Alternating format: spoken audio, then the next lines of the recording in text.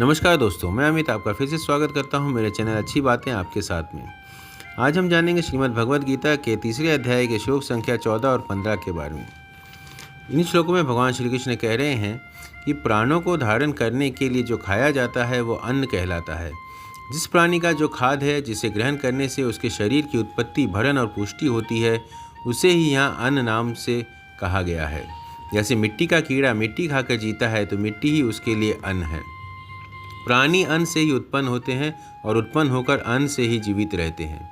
समस्त खाद्य पदार्थों की उत्पत्ति जल से होती है। घास फूस अनाज आदि तो जल से होते ही हैं। मिट्टी के उत्पन्न होने में भी जल ही कारण है।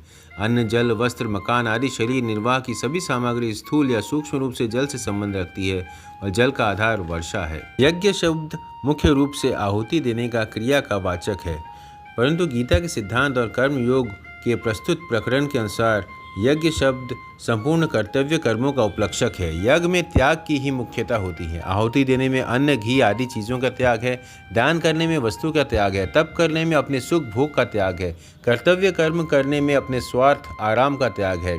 अतः यज्ञ शब्द यज्ञ, हवन, दान, तप आदि संपूर्ण शास्त्रविद क्रियाओं का उपलक्षक है।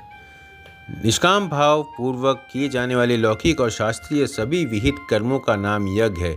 ब्रह्मचारी के लिए अग्निहोत्र करना यज्ञ है। ऐसे ही स्त्रियों के लिए रसोई बनाना यज्ञ है। आयुर्वेद का ज्ञाता केवल लोगों के हित के लिए वैद्यक काम कर्म करे तो उसके लिए वही यज्ञ है। इस तरह विद्यार्थी अपने अध्ययन को और व्यापारी अपने व्यापार को, यदि वह केवल दूसरों के हित के लिए निष्काम भाव से किया जाए, यज्ञ मान सकते हैं।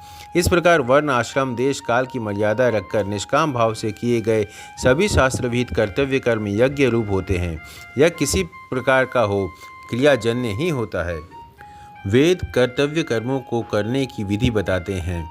मनुष्य को कर्तव्य कर्म करने की विधि का ज्ञान वेद से होने के कारण ही कर्मों को वेद से उत्पन्न कहा गया है और वेद परमात्मा से प्रकट हुए हैं। इस प्रकार परमात्मा सबके मूल हुए। परमात्मा से वेद प्रकट होते हैं। वेद कर्तव्य पालन की विधि बताते हैं। मनुष्य उस कर्तव्य का विधि पूर्वक पालन करते हैं। कर्तव्य कर्मों के पालन से यज्ञ होता है और यज्ञ से वर्षा होती है। वर्षा से अन्न होता है, अन्न से प्राणी होते हैं और उन्हीं प्राणियों में से मनुष्य कर्तव्य कर्मों के पालन से यज्ञ करते हैं। इस तरह यह सृष्टि चक्र चल रहा है। अपने लिए कर्म करने से परमात्मा की प्राप्ति में बाधा आ सकती है। निष्काम भाव पूर्वक केवल दूसरों के हित के लिए अपने कर्तव्य का पालन करने से यह बाधा हट जाती है और नित्य प्राप्त परमात्मा का स्वतः अनुभव हो जाता है। आज के लिए इतना ही। जय सिया राम।